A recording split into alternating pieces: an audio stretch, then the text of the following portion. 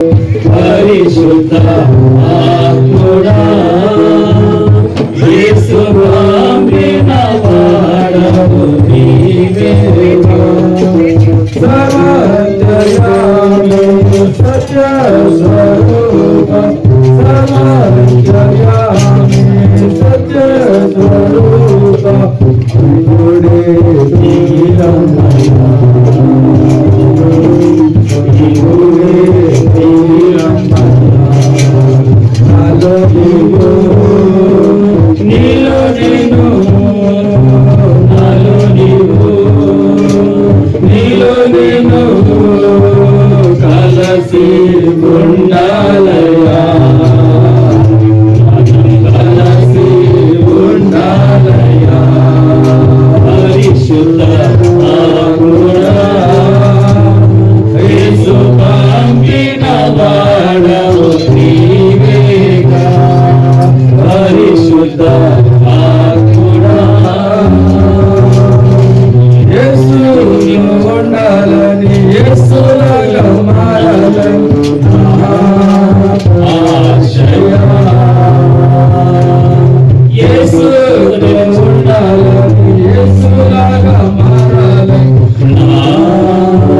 ఆశయా నన్ను యేసు వలె మార్చుటకు పంపబడిన వాడా ఇప్పుడే దిగిరమ్మయ్యా నన్ను యేసు వలె మార్చుటకు పంపబడిన వాడా ఇప్పుడే దిగిరమ్మయ్యా పరిశుద్ధ ఆత్ముడా యేసు పంపిన వాడవు నీవేగా పరిశుద్ధ ఆత్ముడా యేసు పంపిన వాడవు నీవేగా తండ్రితో ఉండాలని తండ్రి ఇష్టం చేయాలని నా ఆశయా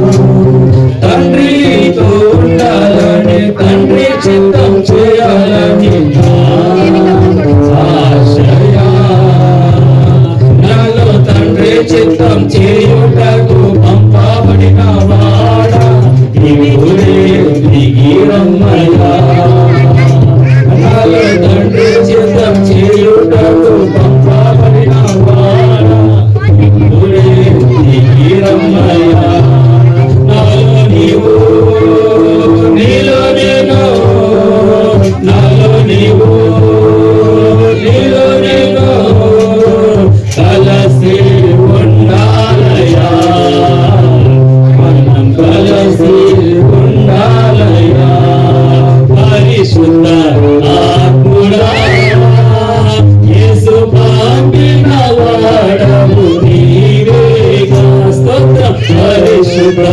ఆత్ముడా యేసు పంపిన వాడవు నీవేగా నీతోనే ఉండాలని నీతో ఏకమవ్వాలని నా ఆశయా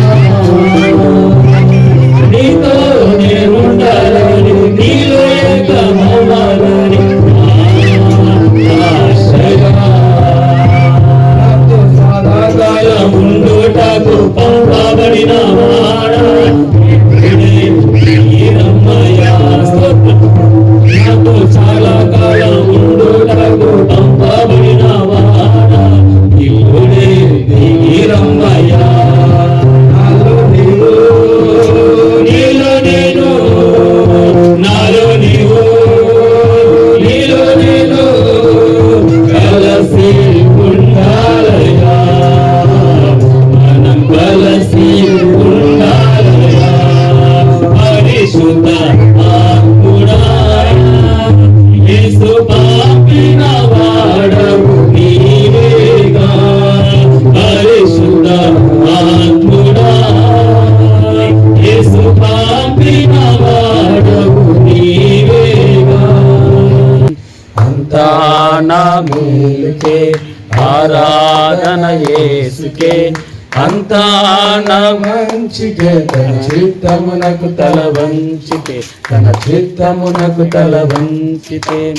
ఆరాధన ఆపను స్తుతించుట మానను ఆరాధన ఆపను స్తుతించుట మానను స్తుతించుట మానను కన్నీలే పానములైనా కఠిన దుఃఖ బాధలైనా స్థితిగతులే మారిన అవకాశం చేజారిన కన్నీరే పానములైనా కఠిన దుఃఖ బాధలైనా స్థితిగతులే మారిన అవకాశం చేజారిన మారదు యేసు ప్రేమ నిత్యుడైన తండ్రి ప్రేమ మారదు యేసు ప్రేమ నిత్యుడైన తండ్రి ప్రేమ మారదు యేసు ప్రేమ నిత్యుడైన తండ్రి ప్రేమ మారదు యేసు ప్రేమ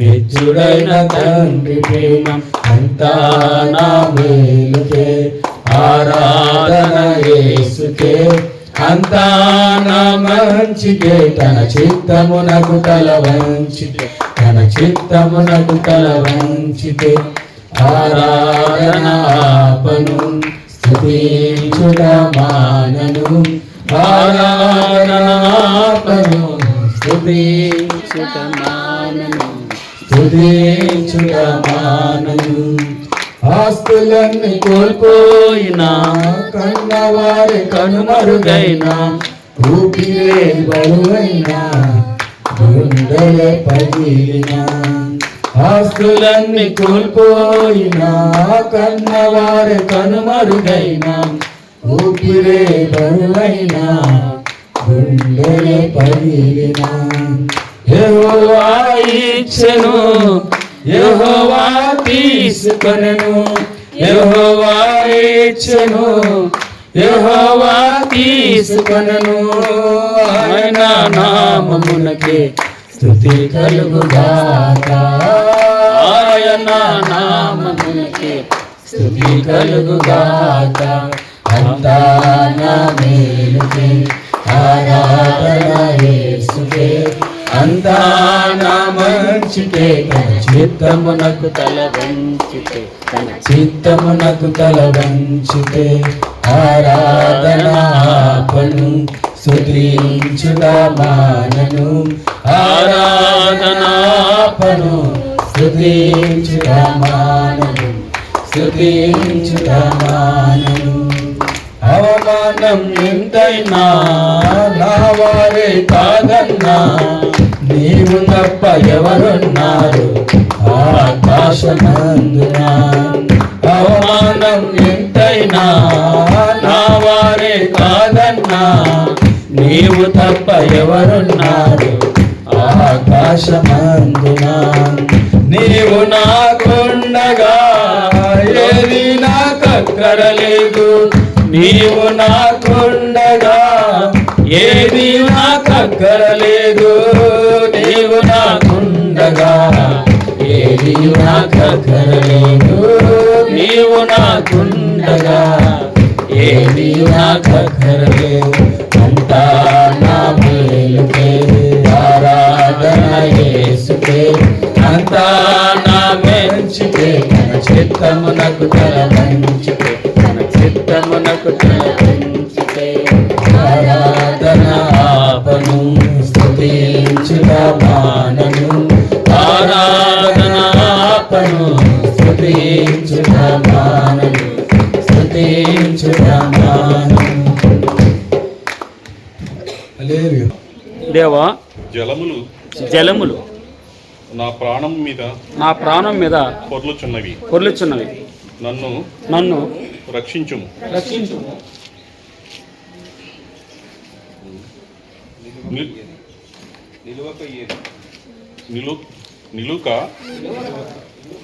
నిలుక ఇయ్యని అగాధమైన దొంగ ఊబిలో నేను దిగిపోవచ్చున్నాను.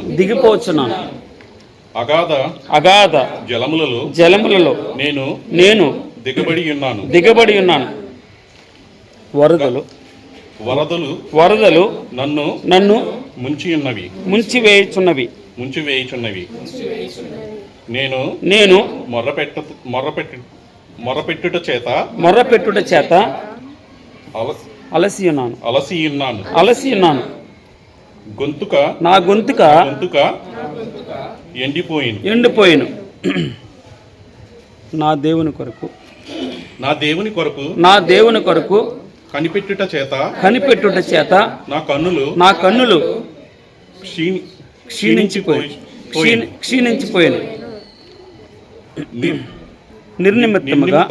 నిర్నిమిత్తముగా నా మీద పగబట్టువారు నా తల వెంట్రుకల కంటే విస్తారముగా ఉన్నారు. అబద్ధమును బట్టి నాకు శత్రువులై నన్ను సంహరింపగోరువారు అనేకులు. నేను దోచుకొనని దానిని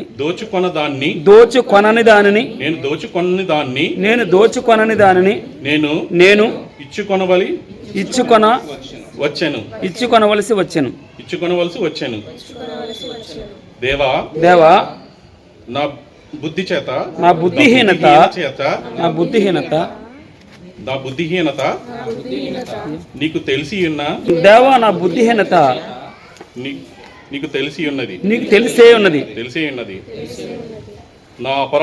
నా అపరాధములు నీకు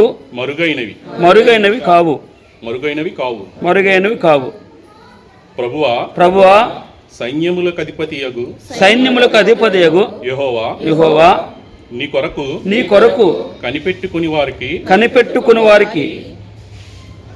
నా వలన సిగ్గు కలుగనీయకము. ఇశ్రాయేలు దేవా, నిన్ను వెదుకువారిని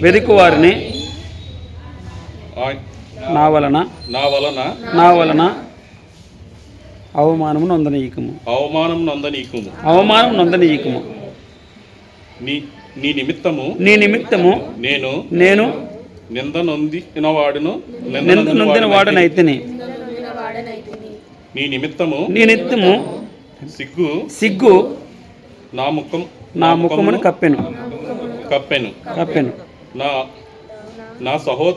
నా సహోదరులకు నేను అన్యుడనైతిని. నా తల్లి కుమారులకు పరుడనైతిని. నీ ఇంటిని గూర్చిన ఆసక్తి నన్ను భక్షించి ఉన్నది. నిన్ను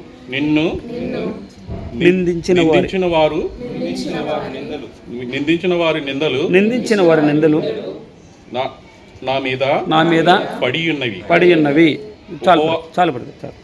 థ్యాంక్ యూ బ్రదర్. స్పెట్స్ పెట్టుకోవచ్చు కదా. స్పెట్స్ రాయలేదా? స్పెట్స్ పెట్టుకోవట్లేదా? అందరు అదే విధంగా కళ్ళు మూసుకున్నట్లయితే ఆయన మన పట్ల చూపిన ప్రేమకై, కృపకై,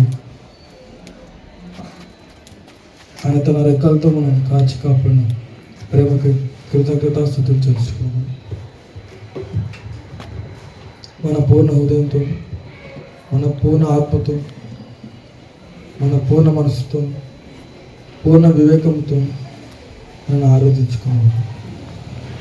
ప్రేమించేదను అధికముగా ఆరాధింతు ఆశక్తితో స్తోత్రం. ప్రేమించేదన్ అధికముగా ఆరాధింతు ఆశక్తితో పూర్ణ బలముతో ఆరాధింతు నిన్నే పూర్ణ బలముతో ప్రేమించేదన్. పూర్ణ బలముతో ఆరాధింతు నిన్నే పూర్ణ బలముతో ప్రేమించేదన్. ఆరాధన ఆరాధన ఆరాధన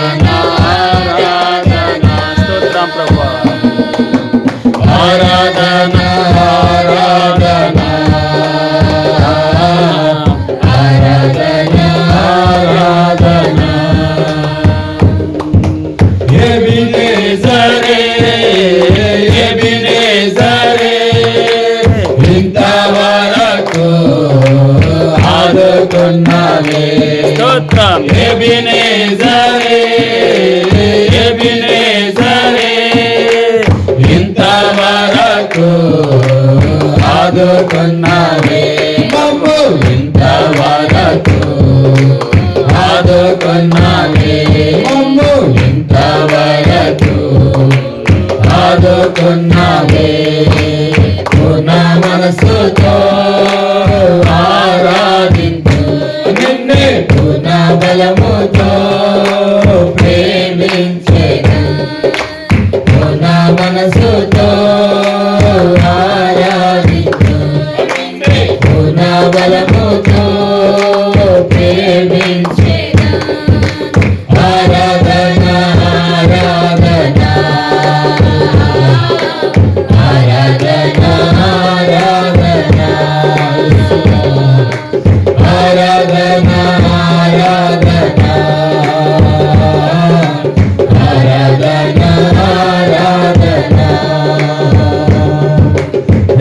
ఎల్రోయి ఎల్రోయి నన్ను చూచావే వందనమయ్యా ఎల్రోయి ఎల్రోయి నన్ను చూచావే వందనమయ్యా నన్ను చూచావే వందనమయ్యా నన్ను చూచావే వందనమయ్యా పూర్ణ మనసుతో ఆరాధించు నిన్నే పూర్ణ బలముతో ప్రేమించేదను పూర్ణ మనసుతో ఆరాధించు నిన్నే పూర్ణ బలముతో ప్రేమించేదను ఆరాధన ఆరాధన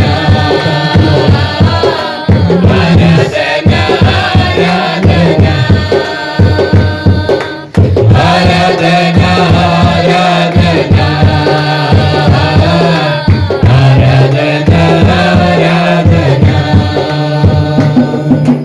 యెహోవా రఫా యెహోవా రఫా స్వస్థపరచవే వందనమయ్యా యెహోవా రఫా యెహోవా రఫా స్వస్థపరచవే వందనమయ్యా మాకు స్వస్థపరచవే వందనమయ్యా స్వస్థపరచవే వందనమయ్యా పూర్ణ మనసుతో ఆరాధించు నిన్నే పూర్ణ బలముతో ప్రేమించేదను పూర్ణ మనసుతో ఆరాధించు నిన్నే పూర్ణ బలముతో ప్రేమించేదను ఆరాధన ఆరాధన ఆరాధన ఆరాధన ఆరాధన ఆరాధన ఆరాధన యెహోవా నిస్సి యెహోవా నిస్సి తోడై నిలిచావే వందనమయ్యా యెహోవా నిస్సి యెహోవా నిస్సి జయమిచ్చావే వందనమయ్యా మాకు జయమిచ్చావే వందనమయ్యా జయమిచ్చావే వందనమయ్యా పూర్ణ మనసుతో ఆరాధించు నిన్నే పూర్ణ బలముతో ప్రేమించేదను పూర్ణ మనసుతో ఆరాధించు నిన్నే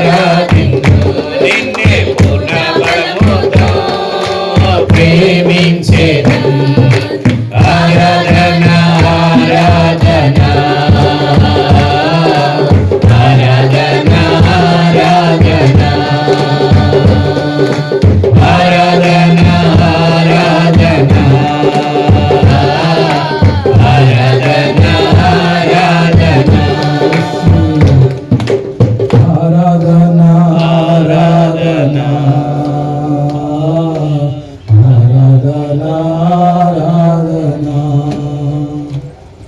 ఎబినేజర్ దేవా యేసయ్యా, మా తోడే నిలిచిన దేవానికి కోట్లాది స్తుతులు స్తోత్రం దేవా. యెహోవా నిస్సి, మాకు తోడే నిలిచిన వాడానికి కోట్లాది స్తోత్రం దేవా యేసయ్యా. యెహోవా శర్మా, మా తోడే నిలిచిన దేవానికి స్తోత్రం దేవా యేసయ్యా.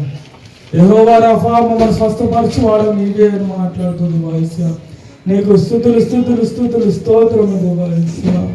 ఎందుకు పనికిరాని వాళ్ళం దేవా యేసయ్యా, మమ్మల్ని రక్షించినందుకు దేవా యేసయ్యా నీకు కోట్లాది స్తుతులు దేవా యేసయ్యా. నీ యొక్క రెక్కల కింద మమ్మల్ని భద్రపరిచినందుకు నీకు కోట్లాది స్తుతులు స్తోత్రం దేవా యేసయ్యా. బాధల్లో ఉన్నాను, ఇరుకులో ఉన్నాను, ఇబ్బందులో ఉన్నాను, సంతోషంలో ఉన్నాను దేవా యేసయ్యా. మీరు మా తోడున్నందుకు నీకు స్తోత్రం స్తుతులు స్తోత్రం దేవా యేసయ్యా. ఎందుకు పనికిరాని వాడని దేవా యేసయ్యా, దరిద్రుని దేవా యేసయ్యా, ఏమిచ్చి చెల్లించుకున్నాను దేవా యేసయ్యా నీ ప్రేమకు. నీవు మా పట్ల చూపిన ప్రేమకి దేవా యేసయ్యా, మా పూర్ణ హృదయంతోను మా పూర్ణ ఆత్మతోను నీకు ఎల్లప్పుడు దేవా యేసయ్యా స్తుతులు స్తుతులు చెల్లిస్తున్న బిడ్డలుగా మమ్మల్ని ఉంచుకున్నందుకు నీకు కోట్లాది స్తుతులు దేవా యేసయ్యా. ఆరున్న అందట్లో దేవా యేసయ్యా మీరు మా తోడును. జరుగుతున్న ప్రతి కార్యక్రమంలో దేవా యేసయ్యా మీ యొక్క ఆత్మ అభిషేకంతో దేవా యేసయ్యా, చెప్తున్న వాక్యాన్ని బట్టి దేవా యేసయ్యా మేము ఆరాధించి ఆనందంతో సంతోషంతో దేవా యేసయ్యా మీ యొక్క పాద సన్నిధానంలో దేవా యేసయ్యా మేము నాట్యం ఆడుతూ మీ యొక్క వాక్యం వింటూ దేవా యేసయ్యా నిన్ను ఘనపరిచే బిడ్డలుగా ఈ కింగ్ జీసస్ గాస్పెల్ మినిస్ట్రీస్ మీరు దీవించినందుకు నీకు స్తుతులు స్తోత్రం చెల్లిస్తూ మా ప్రార్థన ఆలకించి వాడు మా ఆరాధన దేవా యేసయ్యా నీ పాదాల దగ్గర పెడుతూ ఇచ్చి నీ ఆరాధన వేస్తున్నాము సమర్పించుకుంటున్నాను ప్రభువా. సమయలాగు మనుషులు లక్ష్య పెట్టువాడిని భగవంతుడు లక్ష్య పెట్టడు. మనుషులు పైరూపాన్ని చూస్తారు, భగవంతుడు హృదయాన్ని లక్ష్యం చేస్తాడు అని చెప్పి మాట. 7 వచ్చారు, 7 వెనక్కి వెళ్ళిపోతే త్రోసి వేసినానని వ్రాయబడి ఉంది అక్కడ మాట. ఇంకొకడు ఎక్కడున్నాడు? గొర్రెలు కాసుకుంటున్నాడు ప్రభా. ఎక్కడున్నాడమ్మా? గొర్రెలు కాసుకున్నాడు. ఆడు పనికి మాలినోడు, ఆడికి ఏం తెలియలేదు అంటారు. అప్పుడు భగవంతుడు రా అతన్నే కావాలి నాకు తీసుకురా, ఎలా ఉన్నాడో చూస్తానంటాడు. నేను కోరుకున్నవాడు ఇతడే అంటాడనమాట. అంటే మన ఆరాధన చేయడానికి దావీదు రాస్తాడు కదా, నా ప్రభువా ఆకాశమందు నీవు తప్ప నాకెవరున్నా, నీవు నా కొండగా లోకంలో ఎదిగి వద్దు ప్రభా. ఎందుకంటే ఒకవేళ నా హృదయం కృషించిపోయినా, నా శరీరం కృషించిపోయినా, నిత్యము తండ్రి నువ్వు నిత్యము నాకు ఆశ్రయదుర్గం కొన్నావు. అంటే మన మనసులో నుంచి గతాన్ని జ్ఞాపకం చేసుకుని మన పట్ల దేవుడు చూపిన మేలుని జ్ఞాపకం చేసుకుని ఆయన్ని ఆరాధించేది. ఈ యొక్క ప్రత్యేకమైన సమయం చాలా ఇంపార్టెంట్ విషయం. మనం ఆయన ఆరాధించకుండా కుమారుని ఏం చేయలేమా? ముద్దు పెట్టుకుని, లేకపోతే ఆయన కోపగిస్తాడు. మనం ఆయన కొరకే, మనం బ్రతికేది ఆయన కొరకే. ఆయన దాన్ని మెప్పు పొందితే చాలా మనుషుల మెప్పు అంతంతకి మాత్రంగానే ఉంటుంది. ఒకరోజు మంచిగా ఉండొచ్చు, ఒకరోజు మంచిగా ఉండకపోవచ్చు. కానీ భగవంతుడు ఎప్పుడు మనల్ని ఆయన మన వైపు హృదయాన్ని చూస్తూ ఉంటాడు. మన నుంచి ఇచ్చేటటువంటి రియాక్షన్ ఏంటంటే కృతజ్ఞత. థ్యాంక్స్ ప్రభా. ఈ యొక్క ఆదివారం పరిశుద్ధ దినాన మనకు ఆయనకు సమర్పించవలసింది కృతజ్ఞత మాత్రమే. అందుకే మనం ఆయన ఆరాధన చేద్దాం. 69వ కీర్తనలోకి వెళ్ళే ముందు నేను 68వ కీర్తన క్లుప్తంగా 2 మాటలు చెప్పేసి 69లోకి వస్తాను. అక్కడ మనల్ని ఆయన విడిపించడానికి దిగి వచ్చాడు. వారు మనం నిర్గమకాండము 3వ అధ్యాయము 7వ వచనంలో చూసాం. ఆయన మొరలు విన్నాడు, వారి బాధను చూచాడు, వారి దుఃఖాన్నంతా ఆయన దాన్ని ఏం చేశాడు? జ్ఞాపకం చేసుకున్నాడట. నేను చాలామంది జగన్మోహన్ రెడ్డి కదా, ఆయన చెప్తాడు ఏమంటాడు? నేను విన్నాను, నేను చూశాను అంటాడు. ఆయన కాదు, ఇది ఇక్కడి నుంచి కాపీ కొట్టింది. అది ఎక్కడి నుంచి చూడండి, నిర్గమకాండం 3వ అధ్యాయం 7వ వచనం. ఆయన బైబిల్ తెలుసు కదా, అందుకని చెప్పేసి ఇందులో కాపీ కొట్టాడు. నిర్గమకాండం నిజమమ్మా, చెప్పిన మాట కరెక్టే. 3వ అధ్యాయము 7వ వచనం చూడండి. మరియు యెహోవా ఇట్లనెను, నేను ఐగుప్తులోనున్న నా ప్రజల బాధను నిశ్చయముగా చూచి తిని. ఏముందమ్మా అక్కడ? చూచి తిని. ఆయన యెహోవా ఏమంటారు పేరు? యెహోవా ఈరే. అంటే దాని అర్థం ఏంటంటే ఆయన మనల్ని చూసేటటువంటి దేవుడు. తర్వాత పనులలో తమ్మును కష్టపెట్టు వారిని బట్టి వారు పెట్టిన మొరని వింటిని. ఆయన ఏం చేశాడమ్మా? ఆయన చూచాడు, ఆయన విన్నాడు. మూడవది, వారి దుఃఖము నాకు తెలిసే ఉన్నది. స్తోత్రం ప్రభా. అందుకే మనల్ని ఎంత కేర్ తీసుకుంటాడో, ఆయన ఎంత కేరింగో భగవంతుని ఆరాధన చేయడానికి, భగవంతుని స్తుతించడానికి. ప్రభా, నేను నా గతాన్ని జ్ఞాపకం చేసుకుంటాను ప్రభా. ఒక ఆనక సిచ్యువేషన్లో చిన్ని అవసరతల కొరకు అల్లాడిపోయేవారు, ఎవరి దగ్గర చేయి చాపేవారు అప్పు కోసం. ఈ రోజున అలాగే మన ఇంట్లో కూడా అగమ్యగోచరంగా ఉండేది. ఇంట్లో ఎప్పుడా సమాధానమే, భార్యాభర్తల మధ్య గొడవలే, ఒకరినొకరు తగ్గించుకోకపోవడమే, ఒకరినొకరు పై చేయి ఛాయకు సాధించాలని ఇంట్లో పిల్లలు కూడా ఇబ్బందులకు గురి చేయడం. అయితే ఈ రోజున భగవంతుడు ఒకరినొకరు తగ్గించుకుంటూ, ఒకరినొకరు అర్థం చేసుకుంటూ, ఒకరి పాపంలో ఒకరు క్షమించుకుంటూ, ఒకరి తప్పులో ఒకరు మన్నించుకుంటూ కుటుంబాల శాంతి, సమాధానం, నెమ్మది. క్రైస్తవ కుటుంబాలు నిజంగా భగవంతుని ఆరాధించడానికి ఒక అద్భుతమైనటువంటి ఘట్టమమ్మ.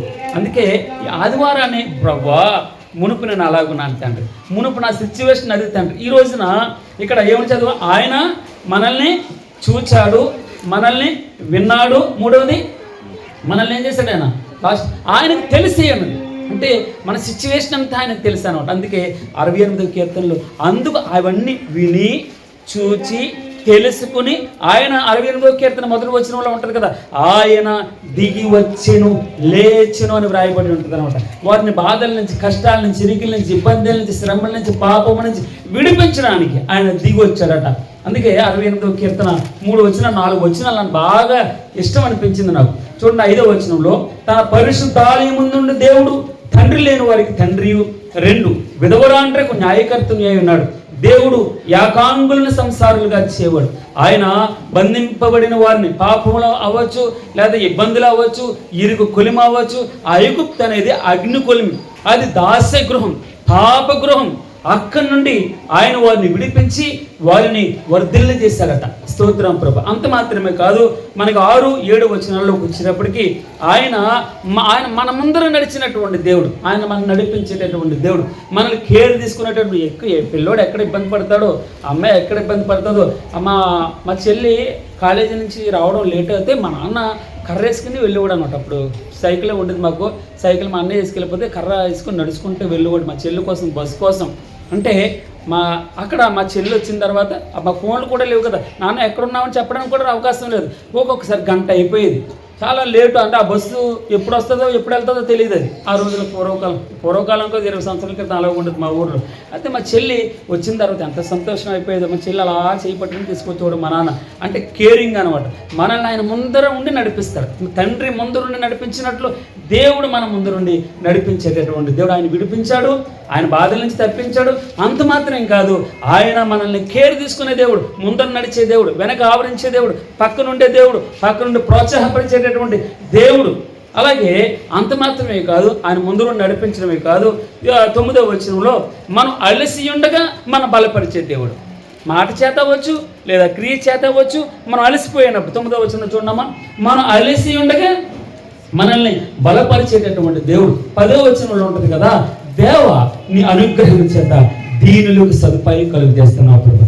విడిపించావు మమ్మల్ని, బాధల నుంచి విడిపించావు, కష్టం నుంచి విడిపించావు, దుఃఖాన్ని నుంచి, అనారోగ్యం నుంచి విడిపించావు, ఆయాసాల నుంచి విడిపించావు. విడిపించి ప్రభు మా ముందర నడిచావు తండ్రి. మా ముందర నడవడమే కాదు, మమ్మల్ని కేర్ తీసుకోవడమే కాదు, మా కొరకు సంరక్షణ ఇస్తూ ఉన్నాడు. ఎలాగిస్తున్నాడంట? దేవా నీ అనుగ్రహం చేత దీనులకు సదుపాయము కలుగు చేసేది ప్రభు. అబ్బా ఎంత మంచి మాట అండి. సదుపాయం కలుగు చేస్తున్నాడు. అంత మాత్రమే కాదు, ఆయన మన ముందరన్న నడుస్తూ వెళ్తున్నాడు. మనకి ఎప్పుడు కావాలంటే కేర్ తీసుకుంటున్నాడు, మన అవసరతలన్నీ తీరుస్తున్నాడు, సదుపాయాలను తీరుస్తున్నాడు. ఇప్పుడు ఏం చేస్తున్నాడు? మన 11 నుంచి 14వ వచనంలో ఆయన సర్వశక్తుడు, ఏమో రాయబడింది 14వ వచనంలో, సర్వశక్తుడుగా ఆయన మన శత్రువులందరినీ, బాధల్ని, కష్టాలని, లేదా ఇరికిల్ని, ఇబ్బందులు అన్ని దూరం పరుస్తున్నాడు, పక్కకి గంటేస్తున్నాడు. ఆయన మెట్టలండి, అవి కొండలు, లోయలు గల మెట్టను సంవత్సరాది మొదలుకొని సంవత్సరాంతం వరకు ఆయన మనల్ని ఎలా తీసుకెళ్తున్నాడు? మన ముందర ఏది నిలవనవాడు. ఇదిగో నా బిడ్డను ముట్టుకుంటే ఏమంట కనుగురుట్టుని ముట్టినట్టు అంటాడు భగవంతుడు. అందుకే మనల్ని అంత కేర్ తీసుకుంటున్నాడు. మన సమస్యలన్నీ ఆయన భగవంతుడు దూరపరుస్తూ ఉన్నాడు. అంత మాత్రమే కాదు, దాని తర్వాత ఉంటుంది అన్నమాట ఆయనతో మనల్ని కూర్చోబెట్టుకోవడానికి. ఎక్కడంట దేవ పర్వతం, ఏమన్నాడమ్మా దేవ పర్వతం, అది బాషాను పర్వతం. దేవ పర్వతం అంటే దేవ పర్వతం అంటే గొప్పది, పెద్దది, అది శిఖరములు గల పర్వతం అని వ్రాయబడి. ఏం పర్వతం అది? శిఖరములు గల పర్వతం. అయినా కూడా దేవుడు ఆ బాషాను పర్వతాన్ని ఎన్నుకోలేదు జ్ఞానులను సిగ్గుపరచడానికి. ఎవరినమ్మా? జ్ఞానులను సిగ్గుపరచడానికి. కొరింథీయులకు రాసిన మొదటి పత్రిక 1:27 మాట చూస్తాం. జ్ఞానులను దేవుని ఎదుట అతిశయింపుకున్నట్లు, ఏ శరీరియు దేవుని ఎదుట అతిశయింపుకున్నట్లు జ్ఞానులను సిగ్గుపరచడానికి, లోకములో నుండి వెర్రి వారిని, బలవంతులైన వారిని సిగ్గుపరచడానికి, లోకంలో బలహీనైన, ఇంకా రాయబడి ఉంటుంది కింద, లోకంలో నీచులైన వారిని, తృణీకరింపబడిన వారిని, ఎన్నికలైన వారిని దేవుడు ఏర్పరచు. ఎందుకో తెలుసా? ఆయన క్రీస్తు యేసునందున్నామట. ఆయనలో మనం నివాసం ఏర్పాటు చేసుకున్నాం. ఆ నివాసం మన మధ్యలోకి వచ్చింది. చూడండి అక్కడ ఏముందమ్మా? ఆ బాషాను పర్వతము దేవ పర్వతము, బాషాను పర్వతము శిఖరము గల పర్వతము. అయినా కూడా శిఖరము గల పర్వతములారా, దేవుడి నివాసంగా కోరుకున్న కొండను మీరేళ వారచూపులు చూస్తున్నారు. మీ మనసులో వారచూపులు అంటే అర్థమైన వారచూపులు ఇలా చూస్తున్నారు. ఇదేంటి? ఈయన ఎన్నుకోవడం ఏంటి? ఇది ఇక్కడ నివాసం ఉండడం ఏంటి? వీరింటికి ఆశీర్వాదం రావడం ఏంటి? వీరింట్లో ప్రభు ఉండడం ఏంటి? వీరింట్లో స్తుతి ఉండడం ఏంటి? వీరింట్లో పాటలు ఉండడం ఏంటి? వీరింట్లో క్రైస్తవులు, వీరి క్రైస్తవులుగా మారడం ఏంటి అని అనేకులు. బాషాను పర్వతము అది శిఖరములు గల పర్వతం, అది దేవ పర్వతం, గొప్పది. అయినా కూడా అది వారచూపులు చూస్తుందట. ఈ కొండలో భగవంతుడు నివసించడానికి మనం చూసాం కదా. తుమ్మకర అండి. తుమ్మకర ఎక్కడుందమ్మా? సౌడు భూముల్లో ఉంటుంది, దూరంగా ఉంటుంది, ఊరు అవతలు పడేసి ఉంటుంది. ఎవరు పట్టించుకోరు, దిక్కు లేనటువంటిది, ఎవరెవరికి ఎన్నిక లేనటువంటిది తుమ్మకర. ఆ తుమ్మకర ఎక్కడికి వచ్చింది తెలుసామా? సాక్షాత్తు పరమేశ్వరుడు నివసించడానికి ఆ యొక్క ప్రత్యక్ష గుడారంలోకి. ఎక్కడికమ్మా? ప్రత్యక్ష గుడారంలోకి, అతి పరిశుద్ధ స్థలంలోనికి, నిబంధన మందస్సంగా దేవుణ్ణి ఉంచుకొని తనలో. ఎంత గొప్పదండి! బాషాను పర్వతం ఎత్తైన పర్వతం, బాషాను పర్వతం దేవ పర్వతం. జ్ఞానం ఉండొచ్చు, తెలివి ఉండొచ్చు, ఎత్తు ఉండొచ్చు, అందం ఉండొచ్చు, ఏది ఏమైనా కూడా అన్నుడండి. నీచుడు అదముడు, నీచుడు అదముడు. ఏమన్నా? అదముడు, నీచుడు, తృణీకరింపబడినవాడు, లోకంలో వెర్రివాడు, బలహీనుణ్ణి భగవంతుడు ఎన్నుకున్నాడట. దేవుని నామమునకు మహిమ కలుగును గాక. అందుకే బాషాను పర్వతం ఎత్తైనటువంటి పర్వతం, పెద్ద కొండ. అయినా భగవంతుడు దాన్ని ఎన్నుకోనలేదండి. అందుకే చిన్ని కొండని భగవంతుడు ఏర్పాటు చేసుకుని, అందుకే ఆయన మనలో నివసించడానికి, మనల్ని విడిపించాడు. ఆయన మనల్ని కేర్ తీసుకుంటూ మనల్ని ముందర నడిపించడానికి ఆయన ముందర నిలవబడి ఏది ఎప్పుడు కావాలో అన్ని సదుపాయాలు ఇస్తూ ఉన్నాడు. మన ముందర ఏ బాధని కూడా ఉండకుండా మెట్టల్ని, తత్తలని, మన మెట్టల్ని, గొట్టల్ని అన్నిటిని సరళం చేసుకుంటూ ఫ్లాట్గా రోడ్డు సీదా భగవంతుడి దగ్గరికి వెళ్ళడానికి, ఆ సియోను కొండ దగ్గరికి వెళ్ళడానికి, భగవంతునితో నివాసం ఉంచడానికి, ఆ ప్రత్యక్ష మందిరంలో మనల్ని ప్రవేశపెట్టడానికి భగవంతుడు ఎంత అదృష్టం మనకు అనుగ్రహించాడో అంత కేర్ తీసుకుంటున్నాడు అంట. అంత మాత్రమే కాదు, ఆయన మన మధ్యలో నివసించడానికి వచ్చాడు, మన ఇంట్లో నివసించడానికి వచ్చాడు, మనతో నివసించడానికి వచ్చాడు. అంత మాత్రమే కదమ్మా, దీన్ని బట్టి మీరు స్తుతించాలి. ప్రభువు స్తుతినందును గాక. అనుదినము ఆయన మా భారం భరించుచున్నాడు. ఏమనుందమ్మా? 19వ వచనం. ప్రభువు స్తుతినందును గాక. అనుదినము ఆయన మా భారం భరించుచున్నాడు. దేవుడే మాకు రక్షణకర్త అయి ఉన్నాడు. దేవుడు మా పక్షమున పూర్ణ రక్షణ కలుగుచేయ దేవుడే ఉన్నాడు. మరణం తప్పించుట ప్రభువైన దేవుని యొక్క వశం. అందుకే పైన ఒక మాట నేను చదవకుండా ఉండలేకపోతాను. దేవుని రథములు సహస్రములు. ఏమనుందమ్మా? దేవుని రథములు సహస్రములు, సహస్రములు. స్తోత్రం ప్రభు. ఇక్కడ వేల కొలది లక్షల కొలది రథాలు ఉన్నాయి భగవంతునికి. అయినా కూడా భగవంతుడు ఈ కొండ అండి, చిన్న కొండ. ఏ కొండ అమ్మది? చిన్న కొండలో, చిన్ని హృదయంలో, నీచిని ఇంట్లో, అదముడి ఇంట్లో, బలహీనుని ఇంట్లో, ఆయన ఎన్నిక లేనటువంటి వాడి ఇంట్లో నివసించడానికి యోగ్యత మనకు అనుగ్రహించాడు. అందుని బట్టి మనం ఆయన్ని భగవంతుని మనస్ఫూర్తిగా ప్రేమపూర్వకంగా స్తుతించాలని ఇష్టపడుతున్నాడు. సహస్ర రథాలు కలిగినటువంటి దేవుడు. స్తోత్రం ప్రభు. ఇంకొక మాట ఉంటుంది 32వ వచనంలో. భూరాజ్యములారా దేవుని గురించి పాడుడి, ప్రభువుని గురించి కీర్తించుడి. అనాదిగానున్న ఆకాశాకాశ మహాదేవుడని వ్రాయబడింది. స్తోత్రం ప్రభు. ఏమనుందమ్మా అక్కడ? భూరాజ్యములారా దేవుని గురించి పాడుడి, ప్రభువుని కీర్తించుడి. అనాదిగానున్న ఆకాశాకాశ వాహనం ఎక్కువని కీర్తించుడి. ఎవరిని కీర్తించాలంటమ్మా? ఆకాశాకాశ వాహనం ఎక్కువని కీర్తించుడి, స్తుతించుడి. అందుకే ఎందుకు స్తుతించాలి, ఎందుకు ఆరాధించాలి? గతాన్ని జ్ఞాపకం చేసుకోవాలి. గతంలో మనకి భగవంతుడు ఏ విధంగా తోడుగా ఉన్నాడు, ఏ విధంగా మనల్ని విడిపించాడో, పాపము నుండి ఏ విధంగా మనల్ని విడిపించాడో, శ్రమల నుండి ఏ విధంగా విడిపించాడో, ఇక్కట్ల నుంచి ఏ విధంగా గొట్టెక్కించాడో, బాధల నుంచి ఏ విధంగా ప్రభు మనతో ఉన్నాడు. అంత మాత్రం కాదు సుమ, ఆయన మన ముందరున్నాడు, మనల్ని సంరక్షించాడు, ఎప్పుడు ఏది కావాలో సదుపాయాలు ఇచ్చాడు. అంత మన ముందర ఏ శత్రువు, ఏ బాధ ఏది లేకుండా మనకు దూరం చేస్తాడు. మన మధ్యలో నివసించడానికి, ఎక్కడమ్మా? మన మధ్యలో నివసించడానికి మన పక్కకు వచ్చి కూర్చున్నాడు. ఈ నీచిన పక్కకు వచ్చి కూర్చున్నాడు. అది దేవుణ్ణి స్తుతించడానికి. అందుకే సహస్ర రథాలు, ఎంత గొప్ప దేవుడైనా ఈ కొండని భాషాను పర్వతము, దేవ పర్వతము, అది భాషాను పర్వతం, శిఖరము గల పర్వతం అయినా కూడా భగవంతుడు ఈ చిన్న కొండ దగ్గరికి వచ్చాడండి. ఈ చిన్న మనుషుల దగ్గరికి వచ్చాడు. ఎందుకు? పనికిరాని అనాపైస నెత్తి మీద రూపాయి పెడితే ₹1 విలువ లేనటువంటి ఈ పురుగు దగ్గరికి భగవంతుని నివసించడానికి వచ్చాడు. దాన్ని బట్టి కదా నన్ను స్తుతించి ఏం చేయాలి ప్రభు? నా నోటితో నీ నామాన్ని ఎలా ఉచ్చరించగలను? ఏ అర్హత ఉంది? ఏ క్వాలిఫికేషన్ ఉంది? నాయన నేను తృణమాత్రం ఉన్నా ప్రభు, చిన్న నీటి పొట్టును ప్రభు. ఎందుకు పనికిరాని నాయన మనుషులు కాలి గోటుకు కూడా నేను సరిపోనని నాతో నివసించడానికి భగవంతుడు అన్ని వచ్చావు. అందుకే నేను మనస్ఫూర్తిగా స్తుతిస్తున్నాను ప్రభా. అందుకే ప్రభు స్తుతినందును గాక. అనుదినం ఆయన మా భారం భరిస్తూ ఉన్నాడు. దేవుడే మాకు రక్షణకర్త అయి ఉన్నాడు. దేవుడు మా పక్షమున పూర్ణ రక్షణ కలుగు దేవుడే అన్నాడు. మరణం తప్పించుట ప్రభు అయిన దేవుని యొక్క వశం. అందుకే ఆయన తన అనాదిగా ఏమన్నాడమ్మా? భూరాజ్యములారా దేవుని గురించి పాడుడి, ప్రభువుని గురించి కీర్తించుడి. అనాదిగానున్న ఆకాశ వాహనం ఎక్కువని కీర్తించడం. మళ్ళా చదువుతున్నాను ఈ మాట. అనాదిగానున్న ఆకాశ వాహనం ఎక్కువ. ఆకాశములు, మహాకాశములు పట్టజాలినటువంటి దేవుడు. ఆకాశం నా సింహాసనం, భూమి నా పాదపీఠం అంటాడు అన్నట్టు. అనంతమైనటువంటి దేవుడు. ఇన్ఫినిటీ అంటే దాని అర్థం ఏంటంటే అనంతం. ఊహించడానికి కూడా, ఆయన్ని ఎక్స్ప్లెయిన్ చేయడం కూడా మనకు అర్థం కాదమ్మా. అంత గొప్ప దేవుడు. ఆయన ఉనికిని మనకు అర్థం కాదు. భగవంతుని యొక్క రూపాన్ని మన అర్థం ఏదో చిన్న మాటలు ఆ ఫోటోల్లో చూస్తాం, కానీ భగవంతుని యొక్క రూపాన్ని మనకు అర్థం కాదు. భగవంతుని నిజంగా మనస్ఫూర్తిగా చేయాలంటే ప్రభువా నేను పాపిని నన్ను క్షమించాను ఒప్పుకుంటే చాలు.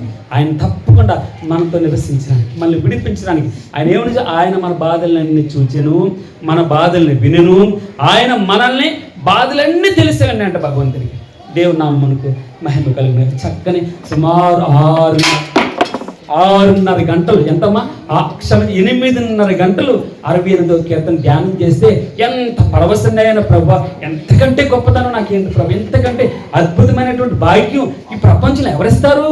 ఆయనతో కలిసి నివసించడం, ఆయనతో కలిసి స్తుతించడం, ఆయనతో కలిసి పరవశం అవడం, ఆయనలో లీనం కావడం, ఆయనలో మమేకం కావడం. ప్రభువా నువ్వు తప్ప. అంతగా మనం ఆరాధించాలంటే భగవంతుని దగ్గర అన్ని మర్చిపోవాలి. చిన్న పిల్లలు కదా పరలోక రాజ్యం అన్నట్టు. ఎవరిదమ్మా? చిన్న పిల్లలది కదా పరలోక రాజ్యం. చిన్న పిల్లల్లాగా అయిపోవాలట. పిల్లలు ఏం తెలుస్తుంది? పాపపుణ్యం లేనివారయ్యా, దేవుని స్వరూపమయ్యా. చిన్న బిడ్డలు అంటారు. మనం అంత చిన్న బిడ్డలుగా అన్నీ మర్చిపోయి ఈ ఏకలోకంలో మన క్షయమైనటువంటి వాటిని వేటి వైపు దృష్టి పెట్టుకుంటా 1 గంట ఈ ఆరాధన సార్ 2:30 గంటలు ఉంటుంది. మనస్ఫూర్తిగా భగవంతుని ఆరాధించేది ఎంత అద్భుతమైన ఆశీర్వాదం మన కుటుంబాల్లో ఉంటుంది. మన నిత్య జీవానికి వారసులం అవుతాం. అన్నిటికంటే ముఖ్యంగా ఆయన రాజ్యంలో ఆయన ఆరోహణం ఆయన అంటే దాని అర్థం అంటే మనల్ని కూడా ఆయన ఆరోహింపజేశాడు. మనల్ని కూడా భగవంతుని దగ్గరికి ఆయన తీసుకుని వెళ్తున్నాడు, ఆయనతో కూర్చుండి పెడుతున్నాడు, ఆయన నివాసంలో మనల్ని కూడా స్థానమిస్తున్నాడు. జస్ట్ ఆయన చేసేది తలుపు మీద నిలబడుతున్నాను, తడుతున్నాను, జస్ట్ చేస్తావా, వస్తావా, నాతో ఉంటావా అంటాడు భగవంతుడు. ఎందుకంటే ఏమి లేదన్నా. దేవుని నామమునకు మహిమ కలుగును గాక. ఈరోజు నేను ముగిస్తున్నాను. 69వ కీర్తన 1-2 మాటలు చెప్పేసి ఈ యొక్క ఆరాధన వాక్యం మన ఆరాధనలోకి వెళ్దాం. 69వ కీర్తన ప్రధాన గాయకునికి శోపన్నీయులకు ఏమంటమ్మా? శోపన్నీయులను రాగం మీద పాడదగినది దావీదు కీర్తన. 69వ కీర్తనలో దేవ జలములు నా ప్రాణము మీద పొర్లుచున్నవి. నన్ను రక్షింపు. ఇక్కడ జలములంటే జలములు కాదు, ఈ భాష వేరే భాష. జలములంటే సమస్య, జలం అంటే బాధ, జలం అంటే ఏదైనా అవ్వచ్చు, కష్టం అవ్వచ్చు, దుఃఖం అవ్వచ్చు, బాధ. దేవా, జలములు నా ప్రాణం మీద పొర్లుచున్నవి, నన్ను రక్షింపు. నిలుకయ్యని అగాధమైన దొంగ వీపులో నేను దిగిపోయినాను ప్రభా. మనం ఒక రోజు నేను కలవ పువ్వులని కూడా అనమాట, కలవ పువ్వులు కోయడానికి చెరువులో దిగాను. అది దిగుతూ అడిగేస్తే వెళ్ళిపోతా ఉన్నాను, ఎక్కడ అడుగు ఆగట్లేదు, అంటే స్టాప్ అవ్వనంతగా లోపలికి వెళ్ళిపోతుంది. ఇక్కడ ఏమైనా వ్రాయబడిందమ్మా, ఏమైనా వ్రాయబడి నిలుక అంటే స్టాప్ అవ్వట్లేదు. మనం కాలు వేస్తుంటే అలా దిగిపోతుంది, బయటకు లాగలేము, అలాగని చెప్పి లోపలికి దిగడం ఆగట్లేదు. భగవంతుడు ఈ రోజున అన్నాడు కదా, నిలుక ఇయ్యని అగాధమైన దొంగ ఊబిలో. అది ఊబని తెలియదు, పైకి మట్టిలాగా ఉంది, పైకి చక్కగా ఉంది, నేలలాగా ఉంది, కానీ అక్కడ కాలేస్తే ఏమవుతుంది, లోపలికి లాగేస్తుంది. అందుకే ఏమన్నాడు, నిలుక ఇయ్యని అగాధమైన దొంగ ఊబిలో నేను దిగిపోయినాను, అగాధ జలముల్లో నేను దిగబడి ఉన్నాను, వరదలు నన్ను. సరే, నేను ఎక్స్ప్లెయిన్ చేయాలంటే సుమారు మనకి 36 వచనాలు, 2 మాటలు చూసుకుని మనం ఆరాధనలోకి వెళ్దాం.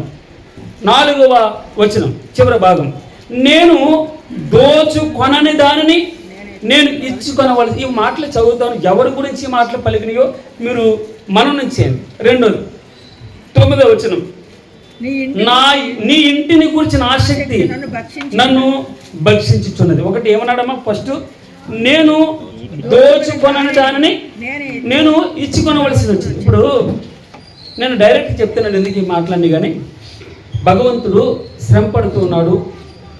ఒకడు వచ్చి ముసుగేస్తాడు, ముసుగేసి ముఖం మీద కొడతాడు, బుద్ధి నేను ఎవడు కొట్టాడు ప్రవచించు చూద్దాం, నువ్వు దేవుడు కదా, నేను ఎవడు కొట్టాడు నా పేరు చెప్పు అన్నాడు. అర్థమవుతున్నాం అన్నమాట.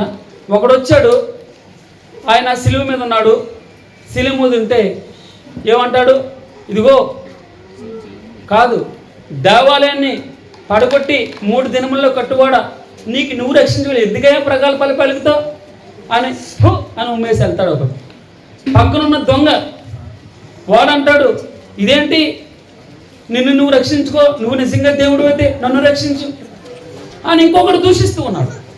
కాదండి, ఒకడు ఉమ్మేస్తున్నాడు, ఒకడు వెనకాల నుంచి కొరడాడుతూ కొడుతున్నాడు, ఒకడు వెకిలి చేష్టలు చేస్తున్నాడు, ఒకరు అల్లరి చేస్తున్నారు, సిలువేయని కేకలేస్తున్నారు.